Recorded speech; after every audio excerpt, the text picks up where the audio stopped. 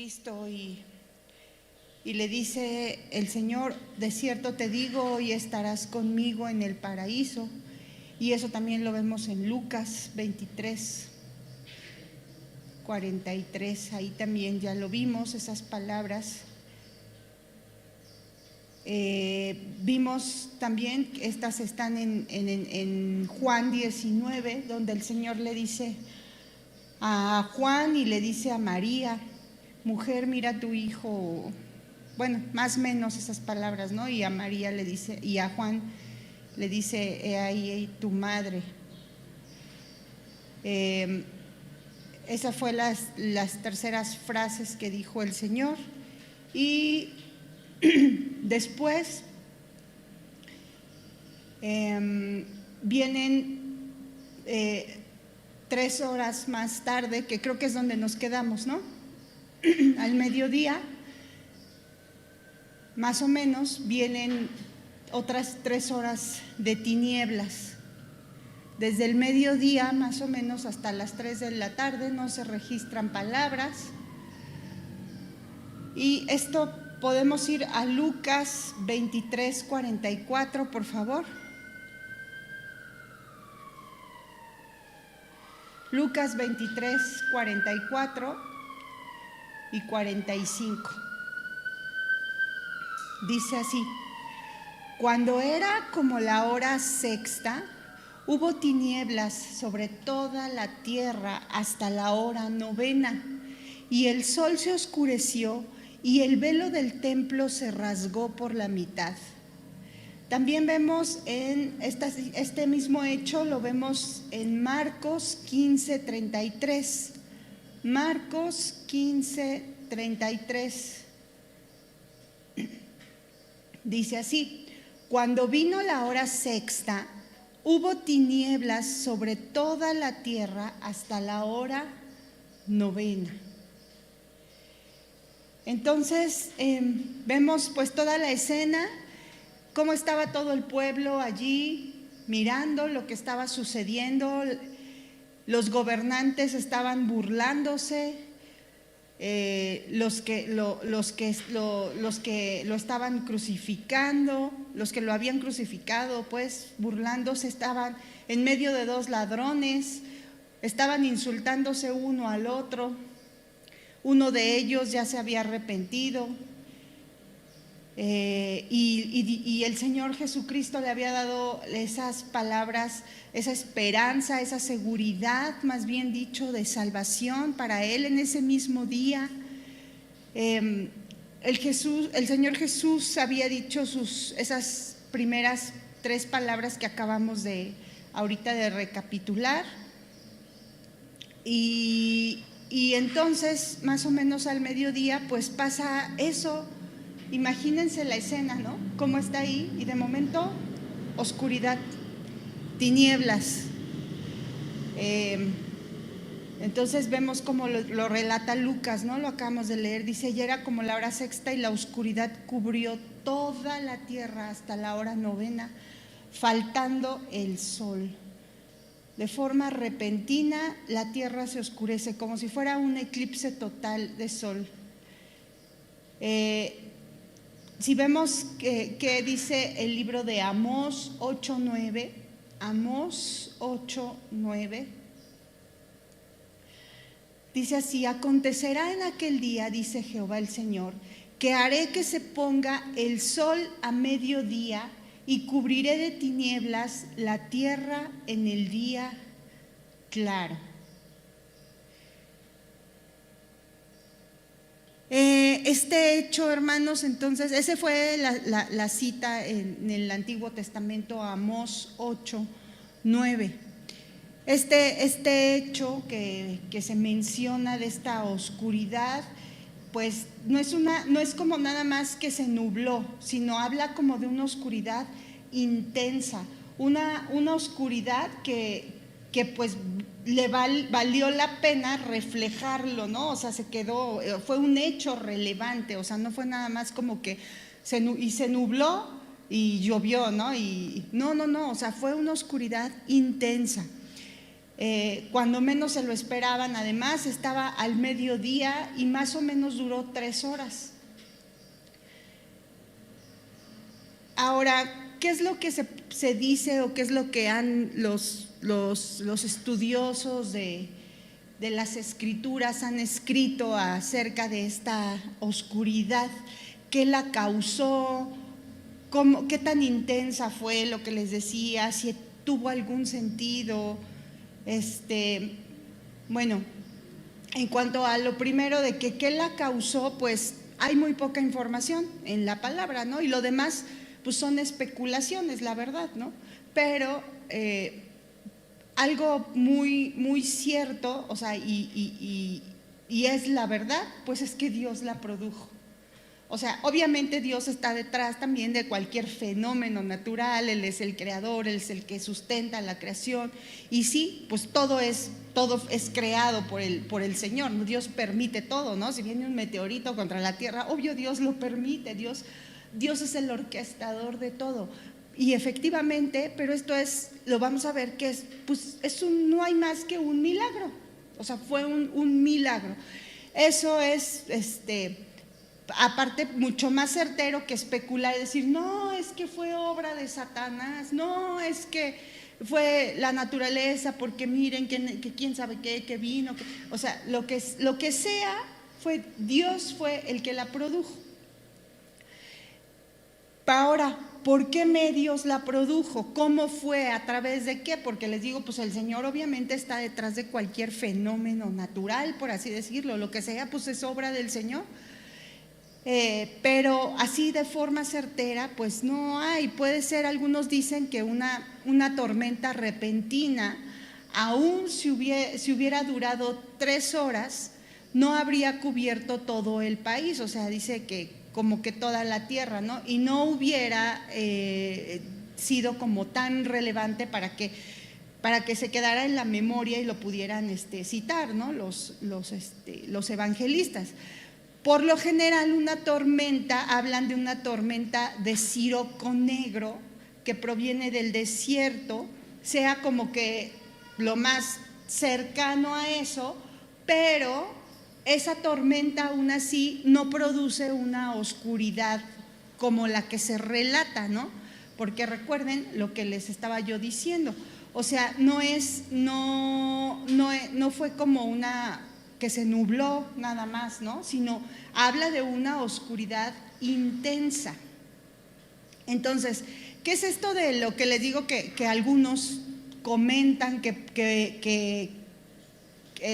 tratando de dar una explicación científica, digámoslo así, a esa oscuridad?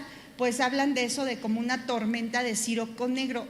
Yo busqué qué es eso de una tormenta de siroco negro, hermanos. Siroco negro. Y eso ahí les va.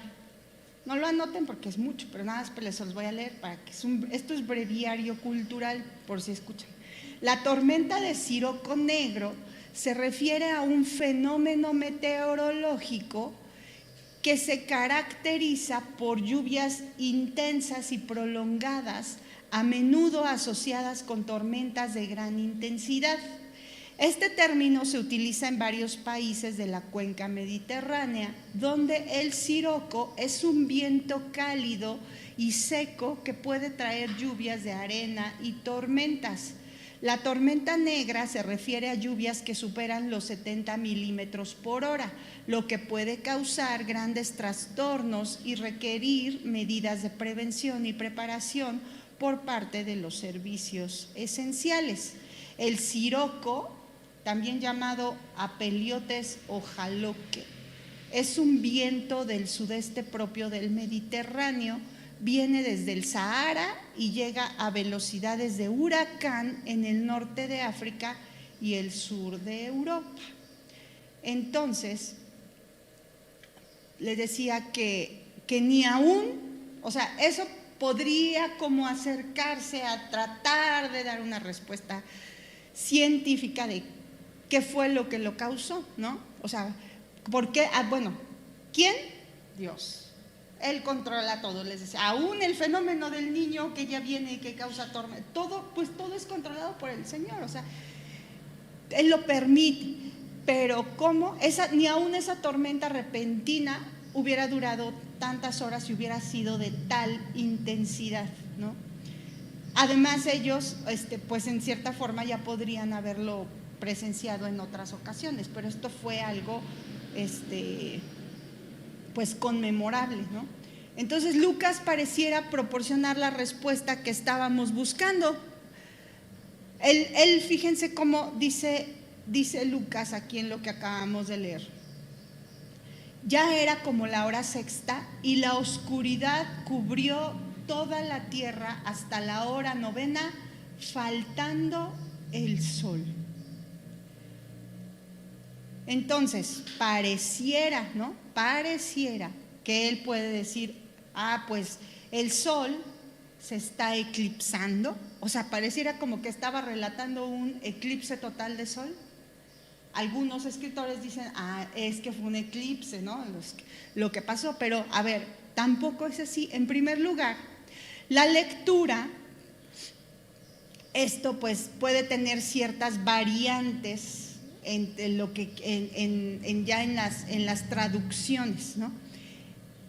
Para que dijera que estaba hablando de un eclipse. En segundo lugar, el supuesto de que estaba eclipsándose, o sea, que sea la palabra correcta, puede ser como no podría ser como lo conocemos el eclipse como tal, como en ese sentido astronómico o técnico, porque dicen que es imposible que ese fenómeno de un eclipse total pueda ocurrir en ese tiempo que era el tiempo en el que se llevaba a cabo la Pascua, lo que sabemos que fue como los tiempos cuando se llevó, cuando estaban crucificando al Señor, era el tiempo en el que se iba a efectuar la Pascua. En esa época, en esa temporada del año, pues no es posible que pueda ocurrir un eclipse total de sol, o sea, científicamente, pues. Entonces, un eclipse también total de sol, que pudiera ser la otra explicación, no puede durar 3 horas. O sea, yo también estaba leyendo, dicen que un eclipse, fíjense, un eclipse total de sol puede durar desde unos segundos hasta un máximo aproximado de 7 minutos y medio en una fase total. Ya lo vivimos aquí, ¿no? ¿Quiénes lo vivieron? Pues todos los que estamos aquí, ¿no? Yo sí lo vivimos. Estábamos chiquitos, pero sí lo vivimos. No sé tú, Imela, pero bueno. Entonces, ese eclipse, ya en su totalidad, cuando están las tinieblas totales, no dura tanto, dura máximo de 7 minutos y medio. O sea, en términos generales, la totalidad de un eclipse total de sol suele durar entre 2 y 5 minutos. El máximo teórico observado ronda entre los 7 minutos 30 segundos. Eso también es un breviario cultural, hermanos. Pero si la palabra se toma en un sentido más amplio, o sea, no de que se oscureció, entonces estamos otra vez donde empezamos. Se oscureció, pero ¿por qué causa? Pues lo que les decía, la mejor respuesta bien podría ser que lo que ocurrió aquí pues fue un milagro, un acto especial de Dios. Y no seguir ahí viendo, ahí lucubrando, ¿no? A ver qué, por qué, cuál fue la razón, cómo. No tiene importancia en realidad. Fue un milagro de Dios por 3 horas. Ahora, dice que fue ¿cómo nos dice Lucas? Perdón, es que lo tengo arriba la cita. Lucas dice, y la oscuridad cubrió toda la tierra hasta la hora novena, faltando el sol. Bueno, aquí también los estudiosos dicen que esto de toda la tierra no puede ser tampoco, no lo podemos tomar así como tan literal que fue absolutamente toda la tierra, ¿no? Cuando la luz del sol se apaga, La mitad del globo debe quedar en tinieblas. La luz del sol podría ser apagada por un cierto país o región. O sea que no precisamente es como algo tan literal de absolutamente toda la Tierra, ¿no? Por 3 horas a lo mejor no sé qué pasaría científicamente, ¿no? Lo que es un hecho es que Dios estaba detrás y se refiere como a esa, al menos en esa región, sí pasó, en ese momento, por 3 horas aproximadamente. Entonces, ¿tuvo algún significado esto? ¿Para qué lo haría el Señor? Sí, la respuesta es sí, tuvo un significado muy importante. La oscuridad, ¿qué significó? Y esto está igual, lo podemos ir viendo desde el Antiguo Testamento. La oscuridad, ¿qué significó? Significó juicio, el juicio de Dios sobre los pecados. Este castigo fue llevado por el Señor Jesús, de modo que Él, como nuestro sustituto, sufrió la más intensa agonía, el dolor más indescriptible, el aislamiento terrible, el abandono. Y ese día, Él descendió hacia lo más horrible del Calvario, llevó todos esos horrores de la muerte en nuestro lugar. Aquí podemos ver que en las Escrituras la oscuridad, pues es eso, es muchas veces un símbolo de juicio. Y miren, vamos a leer algunas citas. Por ejemplo, Isaías 5:30. Si quieren ustedes tómenlas y yo se las leo. Isaías 5:30. Dice: y bramará sobre él en aquel día como bramido del mar. Entonces mirará hacia la tierra, y he aquí tinieblas de tribulación, y en sus cielos se oscurecerá la luz. Otra cita de que la oscuridad en las Escrituras es un símbolo de juicio, lo podemos ver en Isaías 62. Isaías 62 dice: porque he aquí que tinieblas cubrirán la tierra y oscuridad las naciones, mas sobre ti amanecerá Jehová y sobre ti será vista su gloria. Isaías 62. Ahí les va otra. Joel 2:30. Joel 2:30. Dice: y daré prodigios en el cielo y en la tierra, sangre y fuego y columnas de humo. El sol se convertirá en tinieblas y la luna en sangre antes que venga el día grande y espantoso de Jehová. Joel 2:30. ¿Sí? Amós 5:18. Amós 5:18 al 20. Amós 5:18 al 20. Ay de los que desean el día de Jehová. ¿Para qué queréis este día de Jehová? Será de tinieblas y no de luz, como el que huye de delante del león y se encuentra con el oso, o como si entrare en casa y apoyare su mano en la pared y le muerde una culebra. ¿No será el día de Jehová tinieblas y no luz, oscuridad que no tiene resplandor? Entonces vemos más citas de cómo la oscuridad es un sinónimo de juicio. Sofonías 1:14 al 18. Sofonías 1:14 al 18. Cercano está el día grande de Jehová, cercano y muy próximo. Es amarga la voz del día de Jehová, gritará allí el valiente. Día de ira aquel día, día de angustia y de aprieto, día de alboroto y de asolamiento, día de tiniebla y de oscuridad, día de nublado y de entenebrecimiento, día de trompeta y de algazara sobre las ciudades fortificadas y sobre las altas torres. Y atribularé a los hombres y andarán como ciegos porque pecaron contra Jehová. Y la sangre de ellos será derramada como polvo y su carne como estiércol. Ni su plata ni su oro podrá librarlos en el día de la ira de Jehová, pues toda la tierra será consumida con el fuego de su celo, porque ciertamente destrucción apresurada hará de todos los habitantes de la tierra. Esa cita fue Sofonías 1, 14 al 18. Mateo 24, 29. Mateo 24, 29.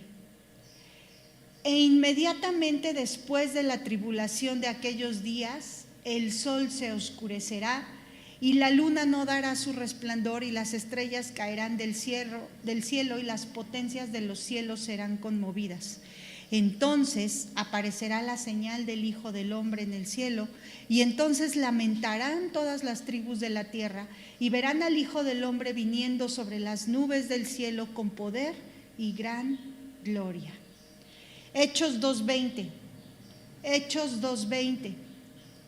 El sol se convertirá en tinieblas y la luna en sangre antes que venga el día del Señor grande y manifiesto. Hechos 2:20. Segunda de Pedro 2:17. Segunda de Pedro 2:17.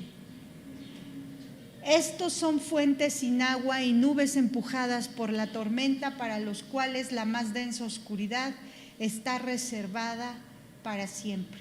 Oscuridad, sinónimo de juicio en las Escrituras. Y finalmente, Apocalipsis 6:12 al 17. Apocalipsis 6:12 al 17. Dice: miré cuando abrió el sexto sello, y he aquí hubo un gran terremoto, y el sol se puso negro como tela de silicio, y la luna se volvió toda como sangre, y las estrellas del cielo cayeron sobre la tierra como la higuera deja caer sus higos cuando es sacudida por un fuerte viento. Y el cielo se desvaneció como un pergamino que se enrolla, y todo monte y toda isla se removió de su lugar, y los reyes de la tierra y los grandes, los ricos, los capitanes, los poderosos, y todo siervo y todo libre se escondieron en las cuevas y entre las peñas de los montes, y decían a los montes y a las peñas: caed sobre nosotros y escondednos del rostro de aquel que está sentado sobre el trono y de la ira del Cordero, porque el gran día de su ira ha llegado, y ¿quién podrá sostenerse en pie? Bueno, entonces vemos eso reforzando lo que les decía, que tinieblas, es sinónimo de juicio en las Escrituras. Sí nos quedó claro, ¿verdad? Sí. Ok. Entonces, ahora bien, también pensando en la muerte del Señor, que el Señor mismo había dicho que estaba dando su vida en rescate por muchos.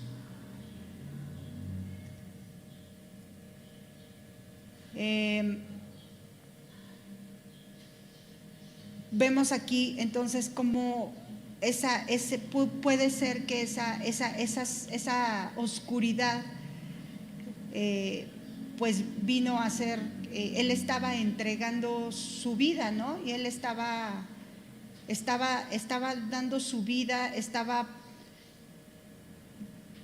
pues sufriendo los horrores, les digo, de cargar con nuestros pecados. Imagínense, si es sinónimo de juicio, las tinieblas, la oscuridad, lo que acabamos de leer, y el Señor Jesús en ese momento, pues cargando los pecados, dando su vida, haciéndose pecado por nosotros, ¿no?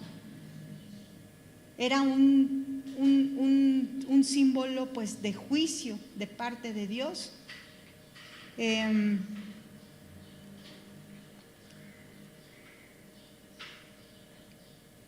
Entonces, en ese momento, dice también Lucas, que no solamente hubo oscuridad, sino, ¿qué dice ahí? Lucas, permítanme, déjenme regreso. Dice Lucas 23, déjenme, permítanme. Dice,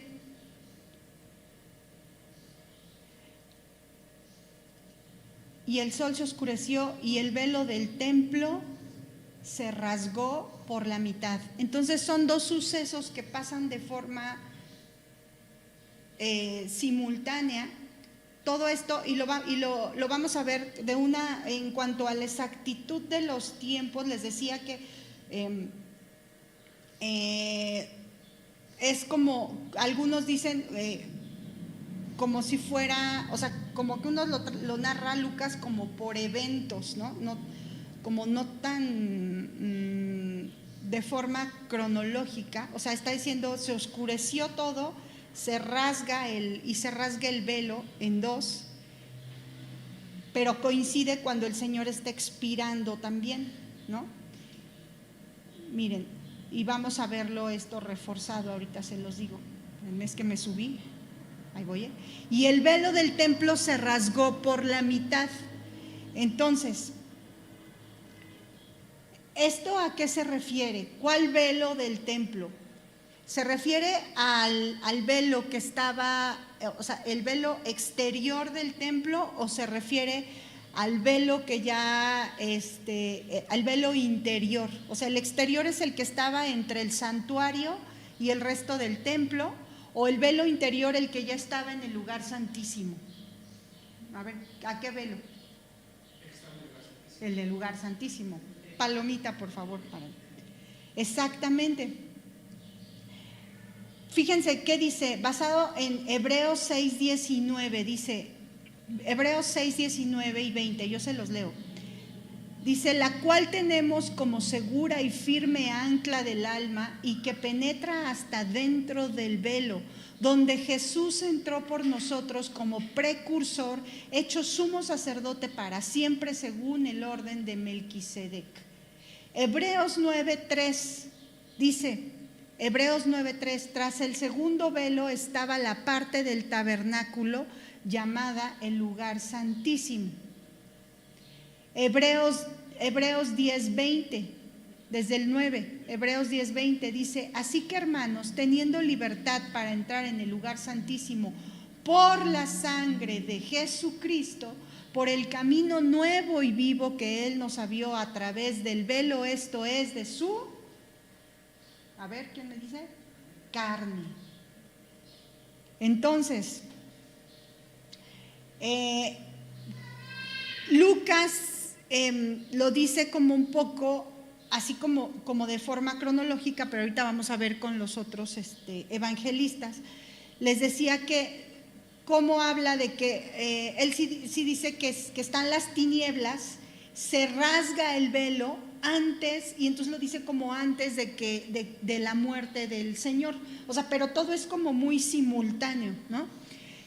Antes de la muerte del Señor. En Mateo y Marcos, aquí ellos dejan claro que la rotura del templo ocurrió inmediatamente después de la muerte. Ajá, entonces eso nada más para que son detallitos así pequeños, pero ya saben que, híjole, nunca falta, ¿no? Que hay, no, es que hay contradicciones, porque entonces, ¿cuándo se rasgó el velo? ¿Ya antes o después? Entonces, ¿cómo? ¿No? O sea, en esas insignificancias, pero son pues cuestiones ya de cómo lo plasman los evangelistas, ¿no? Pero todos son como hechos, eventos simultáneos. Entonces, está la oscuridad, se rasga el velo. Hasta les digo que podría decirse que ocurrió en el mismo momento de la muerte del Señor. ¿Por qué? Pues por lo que acabamos de leer, por medio de su muerte fue abierto un camino, ¿no? El camino nuevo y vivo que nos abrió el Señor Jesucristo a través del velo, que esto es ¿qué? De su carne. Entonces nos dio esa libertad para entrar al lugar santísimo a través de su sacrificio. el lugar santísimo donde está el Padre. Entonces, en el momento de la muerte de Cristo, esta cortina se partió repentinamente, otro milagro, como inexplicable. Se parte esa cortina repentinamente en dos partes. ¿De dónde? De arriba hacia abajo. Lo más lógico sería de abajo hacia arriba, ¿no? Pero fue de arriba hacia abajo, como eso lo narran Mateo y Marcos. Entonces, esto ocurre más o menos a las 3 de la tarde. Y esa hora es a la hora en la que los sacerdotes debían haber estado oficiando ahí en el templo. ¿Cómo sucedió? No fue por un desgaste natural, del uso, porque en tal caso, lo que les decía, pues a lo mejor se hubiera tenido varias roturas por todas partes, pero la rotura principal se había producido pues de abajo hacia arriba, es lo lógico, ¿no? Pero no, fue de arriba a abajo. Tampoco es probable que al mencionar inmediatamente un terremoto, y esto está en, a ver, déjenme ver si es Mateo, creo que sí es Mateo, ahorita les digo por qué. Sí, Mateo 27:51, eso lo narra solo Mateo, dice: y he aquí el velo del templo se rasgó en dos, de arriba abajo, y la tierra tembló y las rocas se partieron. Entonces, aquí al mencionar que inmediatamente hubo un terremoto, pues tampoco es que Mateo esté tratando de dar la idea de que esa rotura del velo fue ocasionada por el terremoto. Porque si hubiera sido esa su intención, pues tuvo que haber mencionado el terremoto antes que el velo, ¿no? Y si se dan cuenta, menciona primero que el velo se rasgó y después vino el terremoto. Entonces, ¿cómo podemos decir pues que lo ocurrido fue igual un milagro de parte de Dios? Cualquier otra cosa que utilicen o que digan que que este hecho, pues solamente es especular, la verdad, hermanos, ¿no? Fue un milagro, al igual que la oscuridad de la tierra. En cuanto a la importancia simbólica, esto es simbólico, entonces esto lo podemos ver que ocurrió en el momento de la muerte del Señor Jesús, ¿sí? Esto lo vemos entonces y en Hebreos 10, 19 y 20, lo que les acabo de leer, que a través de la muerte del Señor, simbolizada por la rotura del velo, porque es su carne, lo leímos en Hebreos, se abre entonces en ese momento el camino al lugar santísimo, ¿sí? Al acceso al Padre, el Señor Jesús vino a restablecer a abrirnos ese camino hacia el Padre, a restablecer esa comunión con el Padre. Recuerden que Él entrega su vida, nadie se la quita recalcándolo, Él de sí mismo la pone, porque Él tiene poder para ponerla y para volverla a tomar. Él la pone, Él restablece ese camino, Él le devuelve al Padre los suyos, los que le dio el Padre al Señor Jesucristo, porque ninguno de ellos se perdió, y nos devuelve al Padre, gloria a Dios, sin merecerlo, por gracia, a los que no merecíamos nada más que juicio. Esas tinieblas eran para nosotros, esa oscuridad, eso que va a venir del día grande y terrible del Señor, donde leíamos que la gente va a decir: mejor que me caiga un monte encima, mejor, porque está el día del Señor. Nos libró a través de su muerte, el velo se rasga a través de su carne, Él la entrega. Estamos viendo estos momentos tan medulares de toda la Biblia aquí, redactados, que ni las palabras alcanzan para poder explicar lo que es el hecho más grande, ¿no? de toda la eternidad aquí. Entonces, en los tiempos del Antiguo Testamento, solo el sumo sacerdote tenía permiso para entrar en el lugar santísimo, ¿no? Y él entraba, ya lo sabemos, y vengan a la clase de Hebreos, como un representante del pueblo. entraba ante la presencia de Dios para rociar sangre sobre el arca, pagar por los pecados, pero lo tenía que hacer, recuerden, de forma constante. Era un pecador. En el Nuevo Testamento, aquí vemos el acceso a Dios a través de Cristo, ¿no? Él derrama su sangre por nuestros pecados. Un solo sacrificio ya perfecto. El velo del templo se rasga en dos, desde arriba hacia abajo. De ese mismo modo que fue roto el cuerpo del Señor Jesús, su sangre fue derramada ¿para qué? Para abrirnos ese camino a Dios. Mediante su sacrificio en la cruz, Cristo entonces quita el velo entre Dios y nosotros, y sus hijos, su pueblo. Eso sucedió entonces, hermanos, entre las mediodía y más o menos por 3 horas. Toda esa última, lo de la oscuridad, ¿no? Las tinieblas. Lo que les decía, lo del velo, pues es, inmediatamente después, cuando a la muerte del Señor, y que es a lo que vamos a entrar ya ahorita, que es ya esa agonía última del Señor Jesús, ya alrededor de las 3 de la tarde, ¿sí? Entonces, esa agonía que sufre nuestro Señor Jesús fue ya finalmente, ya termina pronunciando las siguientes palabras. Primero, Dios mío, ¿por qué me has abandonado? Ya está ya están las tinieblas, el pecado sobre el Señor Jesucristo, el juicio. ¿Por qué me has abandonado? Marcos 15:34. Esto lo narra Marcos 15:34. Y a la hora 9, Jesús clamó a gran voz, no quedito, a gran voz, diciendo: Eloí, Eloí, lama sabactani, que traducido es: Dios mío, ¿por qué me has desamparado? Al lanzar este grito, Jesús estaba usando palabras tomadas del Antiguo Testamento, del Salmo 22, 1. En esas horas finales de su vida sobre la tierra, antes de morir, el Señor Jesús usó ciertos pasajes de los escritos una y otra vez. Y fíjense, se los voy a dar aquí y ya con esto terminamos. Seguimos en esta cita de estas palabras, si Dios lo permite, la siguiente clase, sí, porque ya va a acabar. Pero miren, ¿qué expresiones utilizó el Señor Jesús? Mateo 26:31, las que están en Mateo 26:31.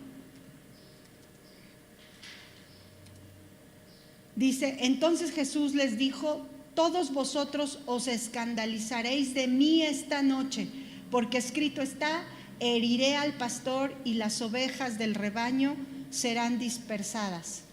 También esa misma expresión que utilizó también está en Marcos 14:27. Marcos 14:27.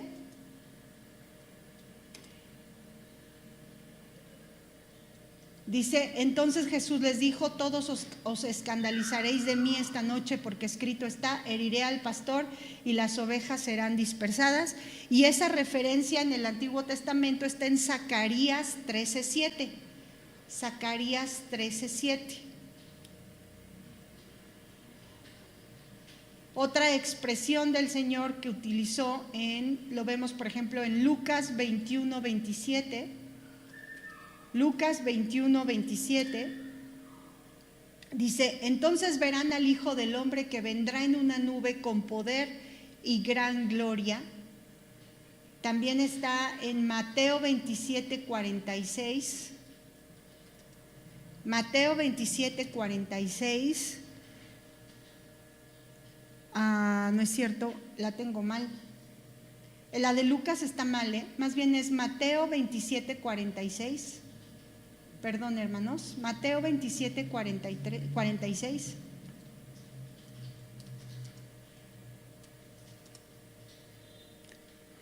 Es así. Y también Marcos 15:34. Y a la hora novena Jesús clamó a gran voz diciendo: Eloí, Eloí, lama sabactani.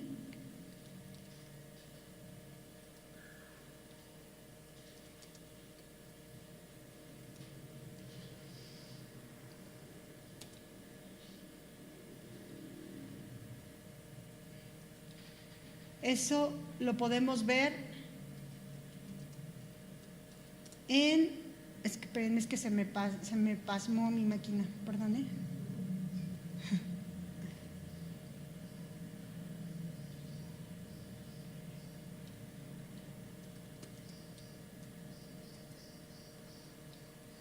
Les había dicho en el Salmo 22.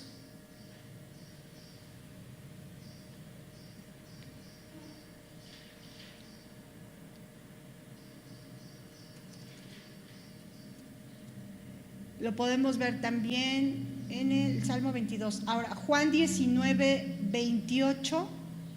Juan 19, 28. Que eso lo vamos a ver la siguiente clase, que es que no es cierto, 19, 28 y 29. 29, donde habla acerca de que él tenía sed y le dan a beber vinagre. Lo podemos ver en Salmo 69, 21. Salmo 69, 21. Entonces, bueno, son expresiones que el Señor tomó del Antiguo Testamento. Pero esta relación entre las tinieblas y esta expresión que Él dice, pero que lo dice pues en voz fuerte, como un grito ya de agonía, de desesperación, digámoslo así, es